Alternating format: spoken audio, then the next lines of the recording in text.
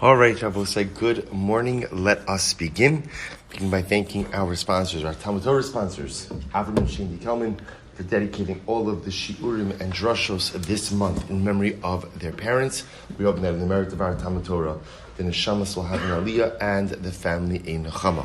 We thank our week of learning sponsors, Alan Wiseman, in the commemoration of the 10th yahrzeit of his beloved wife, Reda, Rivka Rachel, Bas Zecharya, Zecharya, Jesse and Rivkah Meyerowitz, in honor of a birth of a baby to Shmuel and Shira Artman, whose bris is this morning following davening, Emer Hashem B'Shato Mitzlachos, and Dr. Ron and Marlene Gartenhaus in honor of their sons Harris and Simon, who Baruch Hashem have the privilege to be learning in Eretz Yisrael this year. We'll see with that.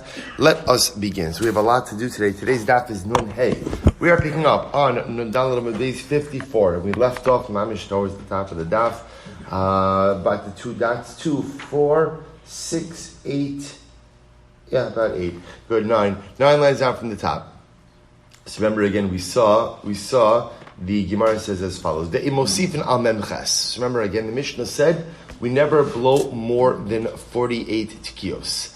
Aish says the Gemara, is that true? V'lo? What about the case of Erev Pesach that falls on Shabbos? The Either Rabbi Yehuda, Chamshin v'chad. According to Rabbi Yehuda, you'll be blowing a total of 51. Either Rabbanon, Chamshin v'sheva. According to the Rabbanon, ultimately you'll be blowing 57. That's in accordance with their opinions, as we saw yesterday. To which the Gemara says, Ki katani midi di'isi b'chol shana. The Mishnah is only including events which occur each and every year. Erev Pesach shachalios b'Shabbos. The less say b'chol shana b'shana lo katani. Erev Pesach doesn't fall out on Erev Shabbos every year. So because it doesn't fall out on Erev Shabbos every year, therefore it's not reckoned as part of the Mishnah. So the Gemara says, 1 second. So if that's the case, Atu Erev Shabbos Shabbos Chag Ni'isei L'chol Shana, does it always happen that Erev Shabbos falls out during Sukkot? That doesn't always happen either. How would you not have that? Zimnin, sometimes it doesn't happen. Now, how would that not happen? The example would be when the first day of Sukkot falls out on Friday. So if the first day of Sukkot falls out on Erev Shabbos, ultimately again, the Gemara is Shchal Yom Tov Rishon Be'erev Shabbos. Therefore again, Ki Mekal Inan Yom Tov Rishon Be'erev Shabbos Mitchi Dachinam Lei. That's not true because Halacha L'maisa, remember again, we're talking about a Shabbos B'Socha Chag. The Mishnah's example was Erev Shabbos falls out in the middle of Sukkot. So Gemara says that doesn't always have to happen. How would you avoid that? If the first day of Sukkot falls out on Erev Shabbos, then you don't have a Shabbos B'Soch HaChag. You don't have Shabbos ultimately in the midst of Yom Tov. To which the Gemara says, no. Kima Kalivin Yom Tov Rishon Be'erev Shabbos. If it ever happens that the first day of Sukkot falls out on Erev Shabbos, mitchi dachinam lei. We would delay. Now, what does it mean we would delay? You can't delay Yom Tov. It means if we see that's going to happen, we would extend the previous month. So the Gemara says, my taima, what's the problem with first day of Sukkot falling out on Erev Shabbos? Kevan de'ikli Yom Tov Rishon Shachag v'los be'erev Shabbos, Yom HaKippurim emasavi. Because listen to this. If the first day of Sukkot falls out on Friday, then when is Yom Kippur? Yom Kippur will be B'chad B'Shabbos, will be a Sunday. Therefore, Hilchot Tachin. Now, what's the problem with having a Yom Kippur fall out on Sunday? Take a look at Rashi. Rashi says over here, my time B'chad B'Shabbat, B'chashina Mishum Yargeh, Umishum Masye. There's two issues. Issue number one is Chas V'Shalom, if someone were to die, that in the first, let's say somebody were to die late on Friday or on Shabbos, they would remain unburied for 2 days. Now, you have to understand something. So remember, we never really have a situation like this of a person remaining unburied for 2 days. And the reason, contemporarily we do because we have refrigeration. So there doesn't have to be a decomposition of the corpse if somebody dies. But remember, from the Gemara's perspective, you never have a mace sitting for 2 days. For one simple reason, in Eretz Yisrael, you wouldn't have a situation like this. On Yom Tov Rishon, the Gemara Masechus Moed Katan says, you're allowed to bury al yidei goyim. You could have non-Jews conduct the burial. Yom Tov Sheni, even Jews could do it. And remember, Yom Tov Sheni is only in Chutz La'aretz. Doesn't apply in Eretz Yisrael. So the Gemara suggests over here that whenever we see that Yom Kippur is going to fall out on a Sunday, number one, we don't want that because there's an issue of potentially a corpse remaining unburied, and another issue, so interesting, vegetables. What's the problem with vegetables?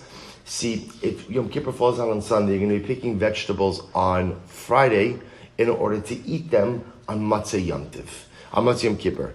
So what happens if you have vegetables sitting around again for 2 days? Again, remember, we'll say, before refrigeration. So what's going to happen? By the time Matzah Yom Kippur comes along, they're going to be wilted, spoiled, no good. So therefore, we never like to have Yom Kippur on a Sunday if Chazal see that happen. So therefore, again, because we never like Yom Kippur on a Sunday, therefore we're never going to have first day Sukkos on a Friday. Hilchos dachinale. The Gemara says, really? Mi dachinale. Is that true? Is that true that we go ahead if we see that Yom Kippur is going to fall out on a Matzah Shabbos Sunday that we delay it? Umi dachinale b'hat. Now we learn Chelbe Shabbos can be Yom Kippurim.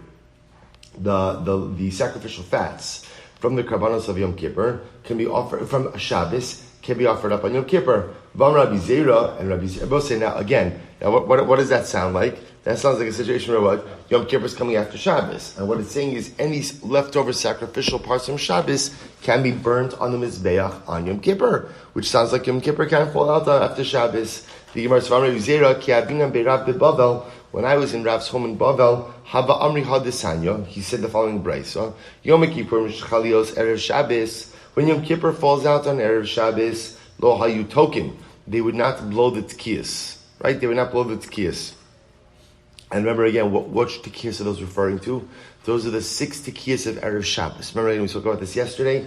They would blow 3 blasts in order to tell people that Shabbos was coming, close up your businesses, and then another 3 blasts for what? To indicate that what? Shabbos is here. So it makes sense. When Yom Kippur was on Erev Shabbos, so they would not blow those tekiyos, which of course makes absolute sense because it was already Kodesh. Remember, Yom Kippur is Shabbos Shabboson. It's Shabbos also. So the Gemara says, "U'b'matzei Shabbos lo hayu mavdilin divrei akoli." And when Yom Kippur falls out on Matzei Shabbos, we don't make havdalah. So we'll say. So once again, what do you see? What do you see? Yom Kippur falling out on Matzei Shabbos Sunday. To which the Gemara says, "Kisalikas lahasam." And when I came here to Eretz Yisrael, Ashkach say the Rabbi Yehuda, Brei Rabbi Shimon, Mepazi de Yosef, the Kamar Rabbi Kivi. Okay, so this is machlokes in attribution. Machlokes in attribution. But lamaisa, everyone was agreeing that what? Sounds like Yom Kippur could fall out on Matzei Shabbos. Okay, so halach lamaisa says the Gemara lo kasha. Harabanan ha'achirimi. The truth is, it is a machlokes. It's a machlokes to Rabbanan and achirim. Achirim moment. So we'll say, look at Rashi for just a moment. Rashi says over here, Harabanan ha'achirim. It is 6 lines down in the wide lines of Rashi. Masnisin Rabbanan de pligi ad achirim. The Mishnah ultimately again reflects the Rabbanan argue on the achirim. Va'amri ma'arvin ha'chodesh l'tzorech. So Hilchach Rosh Hashanah be'erev Shabbos lo mikla didachina lei. V'hanach masnisin damri mikla v'lo amrin didachina achirim. So we'll say, so again, the achirim are of the opinion that we would not delay the calendar in order to avoid having Yom Kippur on a Sunday, and the Rabbanon would say that we do delay it. The Gemara says, the Sanya achirim omrim in ba'atzeres la'atzeres ve'in bein Rosh Hashanah Rosh Hashanah ela arba'a yamim bilvad. Because after all, the achirim say pretty much we leave the calendar as it is, and therefore in any given year, the Yamim Tovim move by about 4 days, right? There's no difference between this year Rosh Hashanah and next year Rosh Hashanah, except for 4 days, and if it's a leap year, it'll be 5 days. Good. So we'll say, so again, remember, just how do we get into this? Well, the way we got into this is because, remember, the Mishnah said the maximum number of tekiyos is how many? How many? 48. The Gemara just wanted to point out that in a situation of Erev Pesach that falls on Shabbos, ultimately, again, it could be either 51 or 56, or 57, excuse me, depending. So remember again, to which the Gemara answered, we're only speaking about dates which definitely occur. Erev Pesach doesn't only fall out on Shabbos, so that again sparked a whole discussion about is there always a Sukkos, a day of Sukkos that falls out on Erev Shabbos. Good. So the Gemara says, so Meisvei, Rosh Chodesh Chalios B'Shabbos, when Rosh Chodesh falls out on Shabbos, Shir Shal Rosh Chodesh Docha Shir Shal Shabbos. Very interesting. The Shira of Rosh Chodesh is docha the Shira of Shabbos. So remember again, what we're talking about over here, look at Rashi just a moment. Meisvei, Rabbi Acha Damer Token al Kol Moshe V'Asa. So now we're jumping back. If you remember again, in yesterday's daf, on Nun Daled Amud Aleph, we had a position of Rabbi Acha Bar Chanina. And what did Rabbi Acha hold? He said, Shetokin al Kol Musaf Musaf. Every Musaf offering gets its own set of tekiyas. Okay, so now the Gemara is asking on that. So Meisvei, the Gemara says, Rosh Chodesh Chal Yos b'Shabbos, when Rosh Chodesh falls out on Shabbos, Shir Shal Rosh Chodesh, Docha Shir Shal Shabbos. The Shira of the Levium of Rosh Chodesh is Docha, sets aside the Shira of Shabbos. So the Gemara says, Ve'im Isa, now, Rabbi Acha, if it's true that what? That you're blowing tekiyos, the own set of tekiyos for every single musaf, then what? Then what else should happen? You should say Shira for every single musaf. Why does the Brisa say that the Shira of Rosh Chodesh sets aside the Shira of Shabbos? Lema the Shabbos or Lema the Rosh Chodesh? Rav Safra said, no, my docha. What does it mean when the Brisa says that the Shira of Rosh Chodesh is docha Shabbos? It means docha lekadin. It doesn't mean that we say the Shira of Rosh Chodesh and not the Shira of Shabbos. Rather, it means what? We say the Shira of Rosh Chodesh first, and then the Shira of Shabbos. Va'amai. But why is that? After all, Tadir v'sheino Tadir, Tadir kovdem. So we have a concept in halacha that whenever you have two things, you're not sure how to establish precedence. How do you establish precedence? By frequency. And therefore, again, the Shira of Shabbos should certainly come before the Shira of Rosh Chodesh, because Shabbos, of course, occurs more frequently. To which the Gemara says, Rabbi Yochanan Reda, Shehuk for Rosh Chodesh Bizmano. No, there's something different going on over here. The reason why we want to go ahead and recite the Shira of Rosh Chodesh first is in order that the general populace should know that Rosh Chodesh was established. See, I will say, remember again, the only way people knew that it was Rosh Chodesh was because if they were present when Beis Din established it, or word got out. But it's possible that general populace many times did not know about the date of Rosh Chodesh. So in order to publicize Rosh Chodesh, they would do the Shira of Rosh Chodesh before the Shira of Shabbos. So the Gemara says, "V'haya kera avdinan, haya kera achrisa avdinan." But there's another way we show the people that it was Rosh Chodesh. How the Sanya Chel Beit Tamid Shal Shachar Nitnin Mechatzi Kavesh Ulamato, the Chalavim, the fats of the Tamid Shal Shachar were placed on the ramp, bottom part of the ramp, bottom half of the ramp.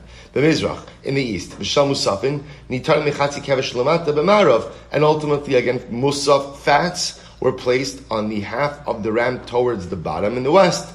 B'Rosh Chodesh, Nitanen Tachas Karkov HaMizbeach Ulamata. And on Rosh Chodesh, the truth is the fats were placed on an upper part of the ramp. So the placement of the fats themselves show people that it's Rosh Chodesh. So that was the hecker. That was they reminded people. Top of Nun Hey, from Rabbi Yochanan, Leida Shehok for Rosh Chodesh Bizmano. Why did they place the fats of the Musaf of Rosh Chodesh on a specific part of the Mizbeach?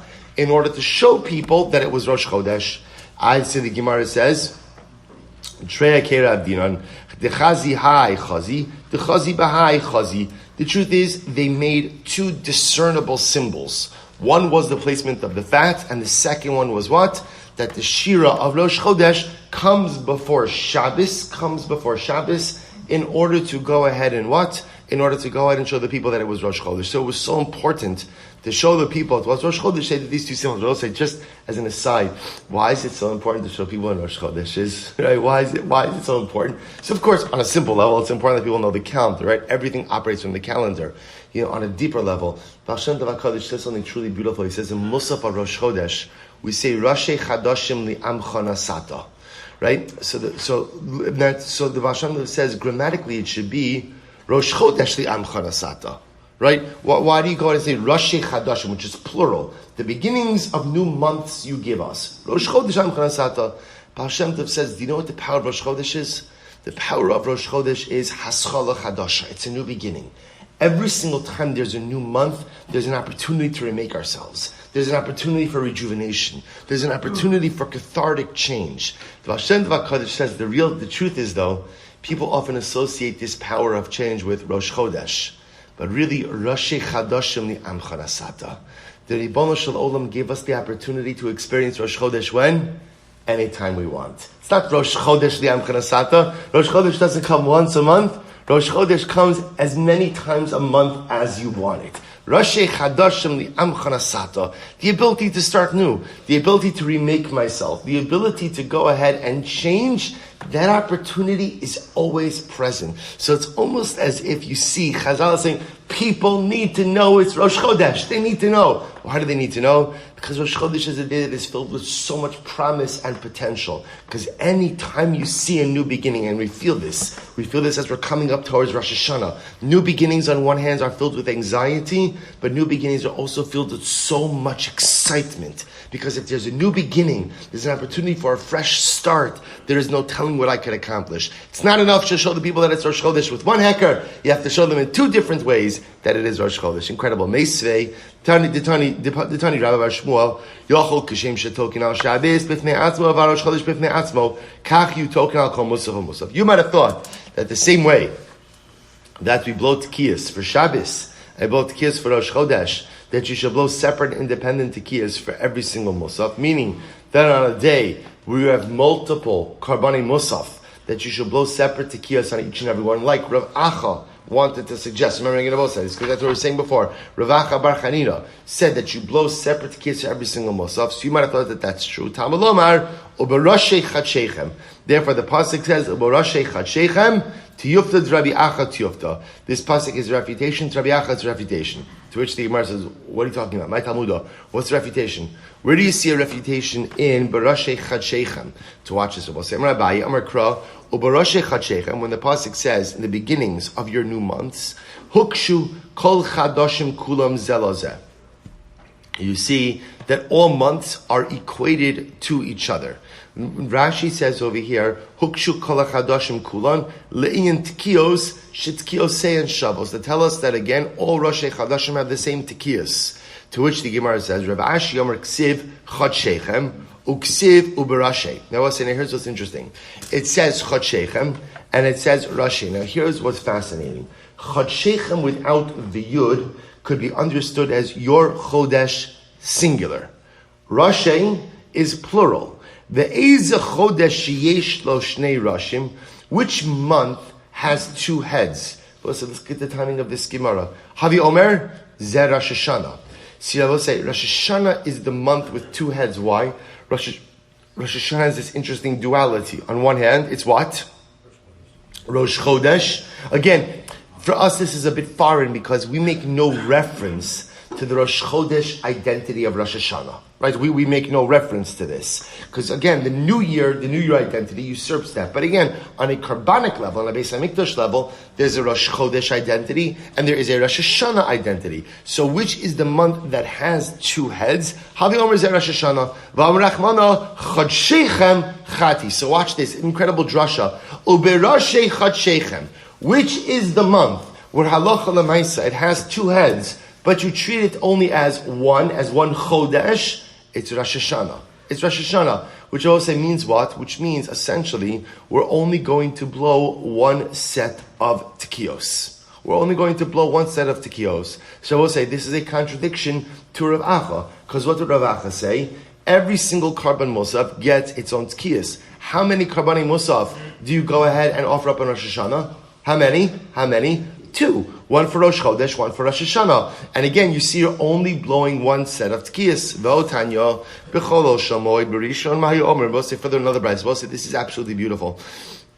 The Gemara over here is going to go through the Shiras Halavim on the days of Chalamayid. So watch this. V'otanya, b'chol shamoy, b'rishon, mahi omrim. What was the Shira of the Leviim on the first day Chalamayid? Havu la'Hashem b'nei Elim. Capital Chavtes, right? Chapter 29 in Tehillim. Now, why is this? Why Havu la'Hashem b'nei Elim? Give praise to Hashem, sons of princes. Rashi says over here, we're going to do a couple of Rashis over here. Rashi says, Om Havu la'Hashem, Kala Mizmar al Shem Shayom Tchila Simchas Beis Sheva Dahenu Kavod Va'oz Uba'osa Mizmar Kala Hashem al Amayim. Because in this capital, we know this because we say this again when we put away the Torah on Shabbos. It says Kala Hashem al Amayim.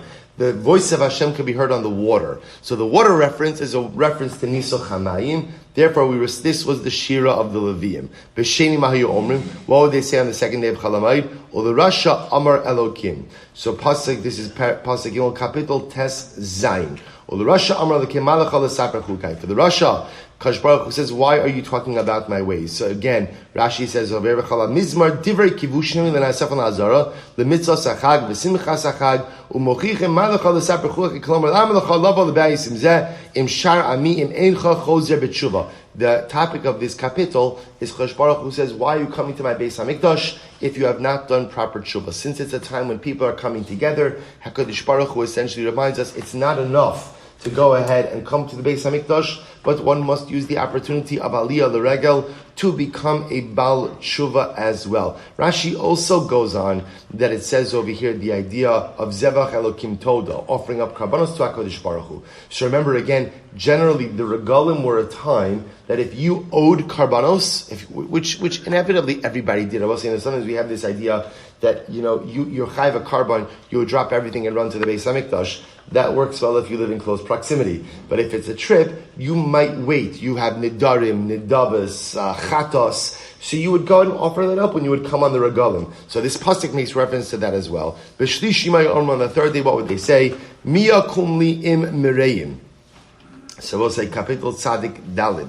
What's the connection with this particular pasuk? So Rashi says over here, Ubino barim mizmor echadheim, Ubino barim muktam umiyakum li mu'uchar, vehi makdimin es ha-mu'uchar, v'nir be'enam neishe parshas miyakum li medaberes al tzarasan, she mishubadim ba'yisheni. This particular pasuk makes reference to the suffering of the second Beis HaMikdash, but despite the suffering that they encountered being under the dominion of foreign rule, they nevertheless found the opportunity to be b'simcha on the regalim. A beautiful, beautiful idea that despite sometimes the fact that we have to suffer with external oppression, the ability to be b'simcha during our days of simcha is the hallmark of the Jew. I apologize, I'm going quickly through this. You'll look at these Rashis on your own because they're actually quite beautiful. On the fourth day of Chalamayid, what would they say? Binu bo'arim ba'am.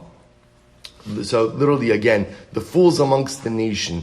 Rashi says over here, so Rashi says, why is this? Why was this the Shira? So it's actually in the same Rashi, Divrei HaMaschil, Miyakum li Imreim. If you look in the second wide line of Rashi, it says, Ulumachar binu barim ba'am, mipnei sha'achshav zman matnos aniyim, shu zman osif, zman leket shichopea. This pasuk makes reference to the gifts to the poor. So halacha l'maisa, this was a reminder that before you go home, make sure you dispense all of your matanos, all of your tithes, all of your gifts to those who are in need. On the 50th Chalamayid, they say, Hasirosi misevel shichmo. I have taken the burden off of my shoulders. So what's like Kapitel? Pei Aleph, 81, sorry. So Rashi says over here, Hasirosi misevel shichmo, divrei tanchumin heim, in tisku batzara karasa v'achatzacha, encha b'seiser ram, avchan chamim riva, almaim shindon alem echad. So this Kapitel makes reference once again to rainfall, and we are judged regarding rainfall on Sukkot. On the sixth day, what would they say? Yimotu kol mostei aretz. Ultimately, again, the foundations of the world will crumble. Rashi says over here, Yimotu kol mostei aretz. B'mizmar alakim nitzav ba'adas. Kel v'orm kol ha'mizmar Hashem shikasabo ani v'rash hatzdiku elu ha'maisrus. Shekachu nidrash b'chulin. Again, I will say once again, this was a reference ultimately to Trumas and Maisrus.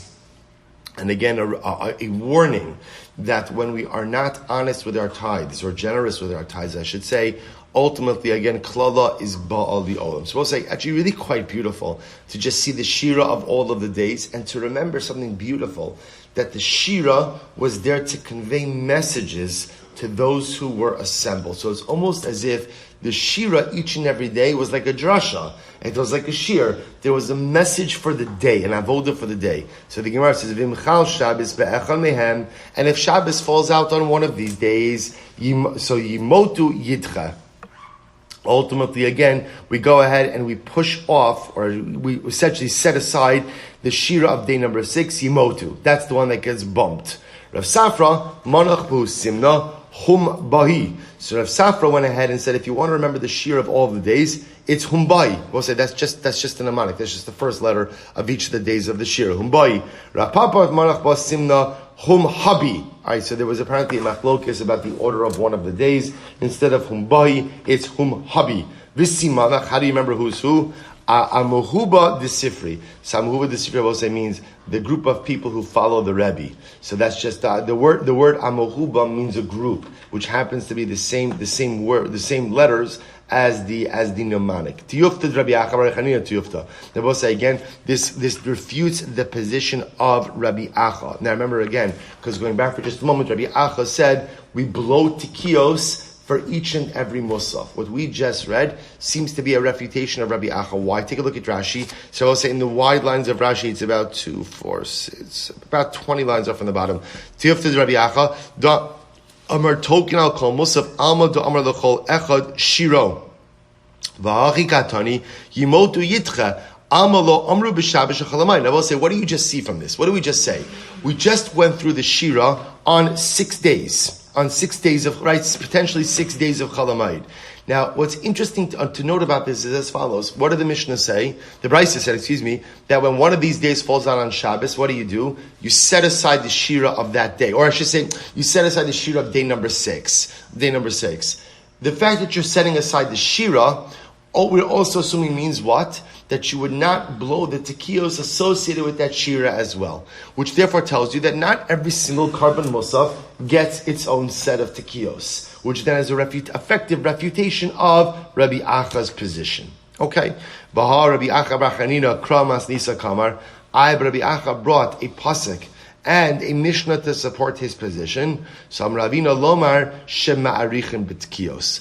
Ultimately, again, to which the Gemara says, perhaps Ravina says the Brisa and the pasuk that he brought don't tell us that you blow more tekios, but rather again that you extend the tekios. Then maybe that Brisa and that pasuk that he quoted on Amud Aleph can be understood to mean that halacha lemaisa, you go and not blow more tekios, but the tekios you are blowing should be extended. Rabbanan the Kesar Mishnah Rabbi Acha Amri Lomar Shemar Betoken. Maybe it's not even that you extend the tekios, but rather what? You have more people blowing the shofros. Right? So in other words, that Rabbi Acha was interpreting the pasuk and the Brisa on Amud Beis to say that every single shira or every single musaf gets its own tekios. It appears that we've refuted that position. What do you do with this pasuk and what do you do with this Brisa? So one possibility is it means that you extend the tekios. Other possibility is you just have more people blowing tekios, but it's actually the same number of tekios. So we'll say, now here's what's interesting. What about us who have 2 days? So what do we do? Now Rashi points out to Rabosai that this is interesting on a variety of levels. Look at Rashi. It's about 15 lines up from the bottom. Mishum da'ari b'shtei parshos hamuros liyom didachinan chadamina kabayle va'anam demibayla lememar b'tzalusa demusafen ves musvei hayom v'karbanos achad. Bosai, this is interesting. So this is the question. What do we in the diaspora of 2 days? What do we do specifically, Rashi says, regarding davening? Right? In davening in Musaf every single day, we make reference to the Musaf day. We're going to speak about in the next Mishnah the way that the karbanos of Sukkot worked. Each day, we diminished it by 1. So in Musaf, what do you say? Remember again, we'll say outside of Eretz Yisrael there's a Sveika Diyoma. So for example, when you get to the second day of Yom Tov, I have a suffix. What's the suffix? Is it day 2 or is it day 1? Well, that's a nafkamina in terms of what you say in Musaf. Do you say the Musaf offering of day 1, or do you say the Musaf offering of day 2? Which one is it? To which the Gemara says, Abaye says we essentially go ahead and set aside the second day. Rava Amar Shvi'i Yitcha. Rava says we just set aside the 7th day, which means we don't make reference to that one. Tanya Kavase de Rava. Imchal Shabbos lios pe'echan mehen yimotu Yitcha. Both say, since we just said before, that Allah Chalais, if Shabbos falls out during Chalamayid, we set aside one of the shears of one of the day. Which one? Yimotu, which was day number 6. Yitcha. Askin Amer ben Arda, the medalgi diluge. A name or establish in Arda that what do we do? Medalgi diluge. And medalgi diluge literally means we skip. But if you look at Rashi says something amazing. He says, medalgi diluge, v'nimtzu kulan omdin, omrim biyom rishon shal chalamoid, biyom hasheni u biyom hashlishi. Safek Sheni, Safek Shlishi. Well, Shabbos says, so what do we do? So essentially, halacha l'maisa medalgin means that on any given day of Yom Tiv, what we go ahead and we do is we say that one and the next one. Shabbos said, which gives rise to contemporary practice. What do we do in our Musaf and in our Kriyas Torah? We always go ahead and mention 2 days. We mentioned 2 days. This way, again, that covers the Sveika de Yoma. Right? This way, again, either way, whichever day of Yom Tiv it is, I'm covered. And we do this in Musaf, and we do this in Kriyas HaTorah. Pretty incredible. So I'll say that again comes from the Gemara. Amud Beis. Mishnah. We'll say very, very, very exciting Mishnah here. Yom Tov Rishon Shalchag Hayusham Yud Gimel Parim. So we'll say, listen to this. We're going to go now through the sacrificial order of Sukkos. So the Yom Tov Rishon Shalchag, the first day of Yom Tov, Hayusham Yud Gimel Parim. They had 13 parim, 13 bulls, Eilim Shnayim, 2 rams, V'sa'ir Echad, and 1 se'ir, 1 goat. Okay, so we'll say Nishtayru Sham Yud Dalet Kvasim L'Shmona Mishmaros. In addition to that, there are also 14 sheep. So we'll say a lot of karbanos. Now, we're going to see everything in this list remains constant with one exception. The Yud Gimel Parim. Right, the 13 cows, you start with 13, and then each day of Yom Tiv, you take 1 off. Now, there's the Mishnah is operating with a premise which is unstated, which is as follows. We know that halacha l'maisa, Kohanim are divided up into 24 mishmaros, 24 shifts, right? And each mishmar served in the Beis Hamikdash for 1 week a year. The truth is, they all served for 2 weeks a year. Some of them served for a little bit more. They served for a week during the year. So again, during that week that your mishmar is on duty, remember a mishmar was made up of what? Multiple bate avos, families. So over the course of that week, the avoda was divided up amongst the multiple bate avos. The exception to this is the regalim. On the regalim, all kohanim who want to serve have the ability to do so. And what we do is we make sure that the avoda of Yom Tiv is divided up amongst all of the mishmar. So for example, take a look at Rashi for just a moment over here. Rashi says, Yom Tov Rishon Shalchag B'chala Mishmoros Olos L'Regel. All of the shifts of the Kohanim come up to the Beis Hamikdash. B'sheish esrei mehen makrivin sheish esrei behemos halalu.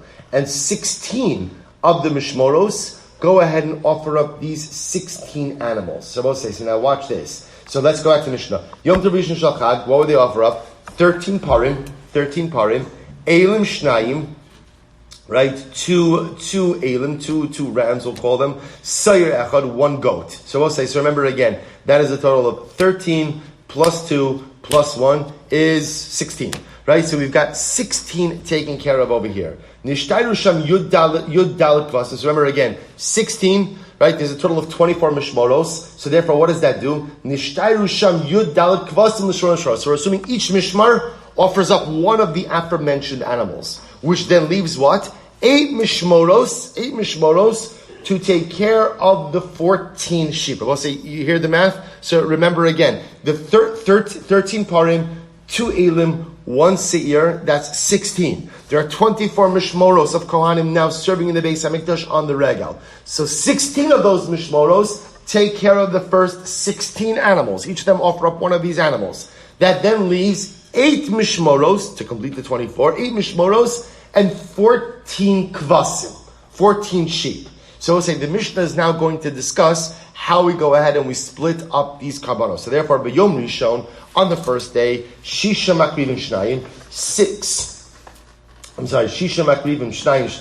6 of the remaining mishmoros will offer up 2 of these kivasim each. And therefore, again, makrivim shnayim, ba'ashar echad, and the rest will offer up 1 keves. But we'll say all the Mishnah is going to do now is just show how the numbers change based on the removal of 1 par per day. So remember again, everything else in this list remains the same except for the 13 parim. Those are diminished by 1 each day. So therefore, again, b'sheni on the second day. So we'll say, remember again, we're not focusing now on we're focusing now on how the remaining 14 kvasim are divided up. Because essentially the way it works is like this. 1 mishmar per par, 1 mishmar per ayol, and 1 mishmar per so'ir. right? The only time that the numbers, the way the division divides up, is with the Yud Dalet Kvasim, with the 14 sheep at the end. So B'Sheni, on the second day Yom Tiv, Chamisha Makrivim Shabbos. Remember again, on day number two, so now instead of Yud Gimel Parim, we have what? 12 parim. So that pushes everything down. Therefore, B'Sheni, Chamisha Makrivim Shnayim, 5 of the remaining groups. Because remember again, 5 of the remaining groups will offer up 2 kvasim each, Vashar Echad Echad. And the rest will offer up 1 at a time. 1 at a time. So the Gemara, or what should say, 1 per mishmar. B'Shlishi on the third day, Dalid Makrivim Shnayim.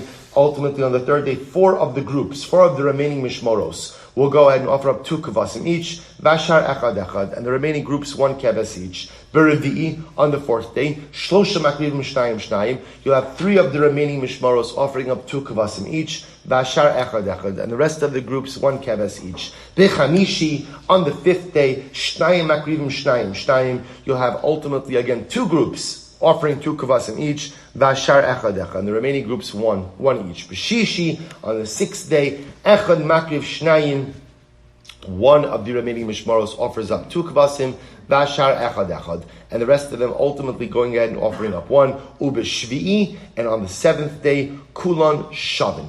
Everyone is the same. Look at Rashi, almost right across in Rashi. V'kulan b'shvi kulan shavin, kala mishmoros hamakrivos kvasim shavos. By the time you get to the 7th day, all of the remaining 8 mishmoros, who were all, actually, well, it's more than 8 now, who were offering up kvasim, were all offering up the same kvasim. They were all offering up 1. Shekol achas makreves echad, share'enam ela shiva parim, because by the time you get to day number 7, there are only 7 parim, right? We started with 13, we work our way down to 7. Ve'elim shnayim, v'sar echad la'asar mishmaros, nishtayru yudal kvasim lidal mishmaros. So by the time you get to day number 7, you have 14 sheep and 14 mishmaros that still need to be assigned a carbon. And therefore, Allah Lamaisa, everyone is offering up 1 keves. Beautiful. Bishmini, then also on the 8th day. And remember again, what's the 8th day? Shmini Atzeres. We already spoke about, again, remember, Shmini Atzeres is different than the rest of the days of Yom Tov. How? Pizar Kishav. So what happens on day number 8? Chazru Lepayis. New lottery. Remember again, so Shmini Atzeres is reckoned at, first of all, we'll say, Shmini Atzeres is going to be different because the sacrificial service of Shmini Atzeres is different. And remember, at this, see, the beauty of Sukkot is there is enough karbanos for every single mishmar. That is not true on Shmini Atzeres. So therefore, again, Shmini Atzeres is a regal, which means all of the mishmoros are there. They're all there, but you don't have enough karbanos for everyone. So what do? Lottery. We go back to a lottery, back to our Yuma days. You go back to a lottery. So the Gemara says, Amru misha hekriv parim hayom lo yakriv lamachar ela cholzun chalila. Furthermore, again, Abba say it was a schus to be able to offer up the parim, right? The 13 parim. You start out with 13, go down to 7. And whoever got to offer up a par today would not offer up a par the next. In other words, as much as everyone is participating in the sacrificial service, we wanted to give everyone an opportunity to go ahead and offer up a par. So if you got a par today, you weren't included in that service tomorrow. Again, the beauty of the first 6 days of Sukkot is there was enough for everyone. So there was no lottery, but there were assignments. If you got a par today, you don't get a par tomorrow. Beautiful. Ne'emasis and Rebbe below Rabbanon. Our Mishnah must reflect the view of Rebbe and not the Rabbanon. The Sanya par haba b'shmini, the par that is brought on the 8th day of Shmini Atzeres, B'tchila mefaisin alov divrei Rebbe. They would make a pius, right? They would go ahead and draw lots. These are the words of Rebbe. The Chachamim would say, Achos mishtei mishmaros lo shulshul b'parim osos. So the Chachamim would say, no. There was, interestingly enough, when you go through the order here, there were only 2 mishmoros who did not have a third opportunity at the par. So the Chachamim say that only the 2 families who did not have a third opportunity to bring the par on Sukkot, they're the ones who get the opportunity to do the par on Shmini Atzeres. So the Mishnah says that they drew a lottery on Shmini Atzeres. So that must reflect the view of Rebbe, not the Chacham. To which the Gemara says, no. See, here's the difference. According to Rebbe, all the Mishmoros were eligible for the lottery. According to the Chachamim, only 2 of the Mishmaros. But even according to the Chachamim, how do you choose which Mishmar does the par? There was a lottery. So everyone will agree that there was a lottery for Shmini Atzeres. The Shaila just does what? Who participates in the lottery? Kiman azla desanyo. Whose opinion is reflected in the following: Kol mishmoros, shonos, umishalshos, chutz mishnei mishmoros, sheshonos ve'in mishalshos. All of the mishmoros had an opportunity to be involved in the par service at least twice, at least even 3 times, except for 2 mishmoros who had the opportunity to participate in the par service twice, but not 3 times. Name a Rebbe v'lo Rabbanon. It must be Rebbe, not the Rabbanon. To which the Gemara says, no, afilu tema Rabbanon. My love shulshu b'pari achag. My love, kind of read the conclusion. My love shulshu b'pari achag. Are we not talking about, again, not the karbanos, not just stam karbanos, but dafka the pari achag? Umay kamash malon. What it was coming to teach us? Hakamash malon. Mi shekriv param ayom lo yakriv param mamachar elachozin chalila. Rather, what does it come to teach us? That Allah Kalamaisa, I will say it was a special schus to participate in the parim, in the offering of the parim, and it's coming to teach us that if you offer the parim today, you were excluded from that service tomorrow. In other words, we wanted everyone. So what it turns out is all the kohanim offered up the parim at least twice. Some had the opportunity to go ahead and offer it up even 3 times. Amr Belazar, Chani Shivim Parim Kineged Mi. So over the course of Yom Tov, right, going from the first day of Yom Tov, when there are 13, to the last day of Yom Tov, when there are 7, we offer a total of 70 bulls, 70 parim. Why do we offer up 70 parim? Well, so this is actually quite beautiful. So the Gemara says, Kineged Shivim Umos. Ultimately, again, it corresponds to the 70 Umos, to the 70 nations. Quite beautiful. Par yochid lamali. So we'll say ultimately par yochidi lama. So ultimately again on Shmini Atzeres, where we only go ahead and offer up 1 par. Why is there 1 par in Shmini Atzeres? Kineged uma yechida. That 1 par ultimately again corresponds to the unique nation. And who is that? Klal Yisrael. Right. So again, the 70 parim of Sukkis refer ultimately again to the nations of the world, and the 1 par of Shmini Atzeres refers to Klal Yisrael. What's the power of Shmini Atzeres compared to? What's such a beautiful Gemara? What is it compared to?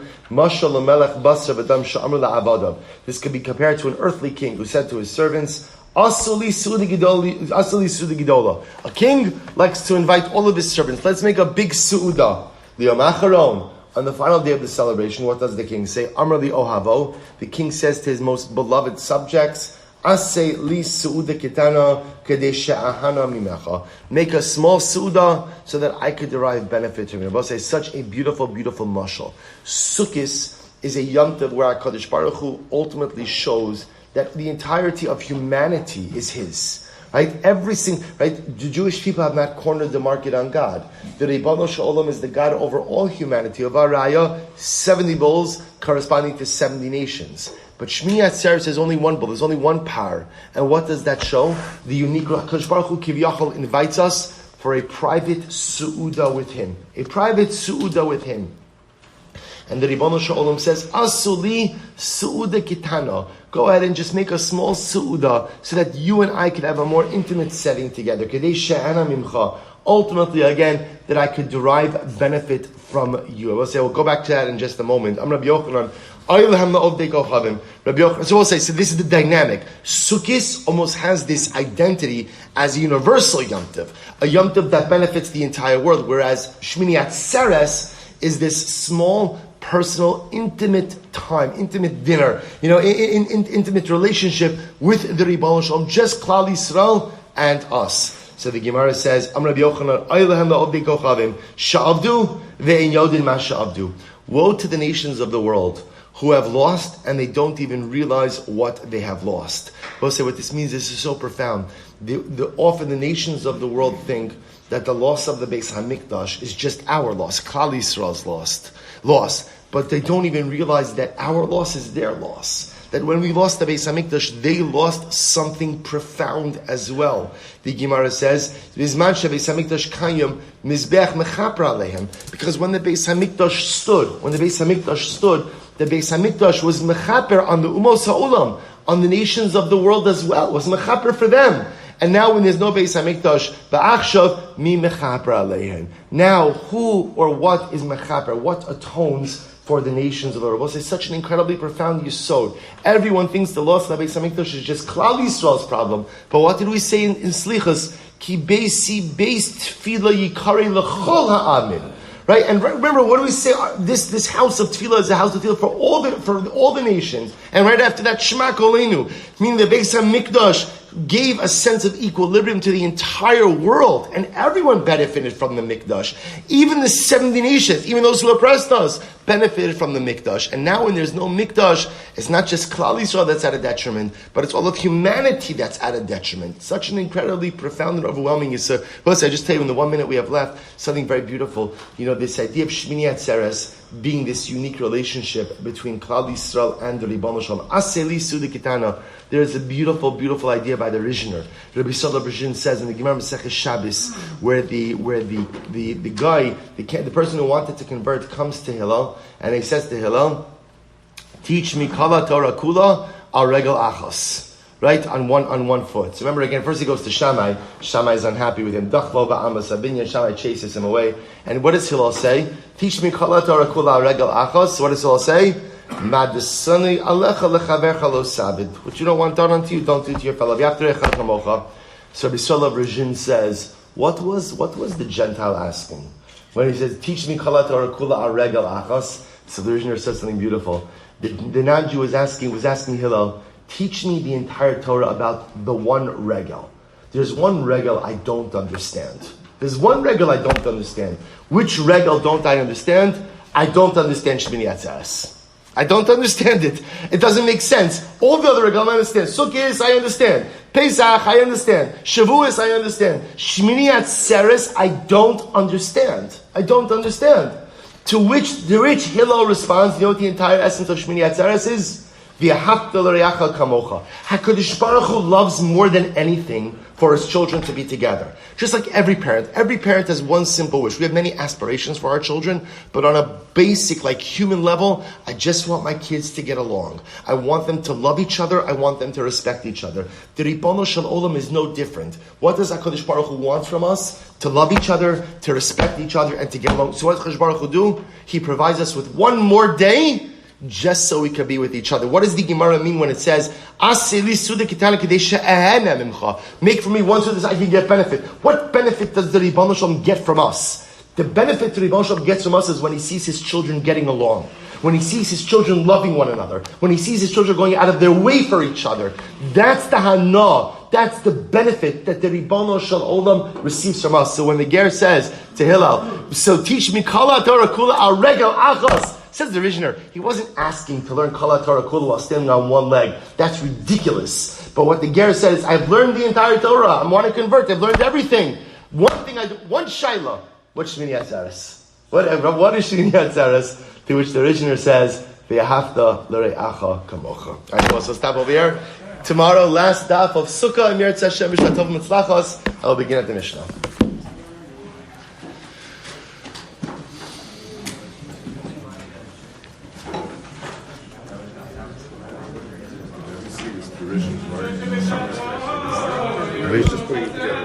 Rishner is right.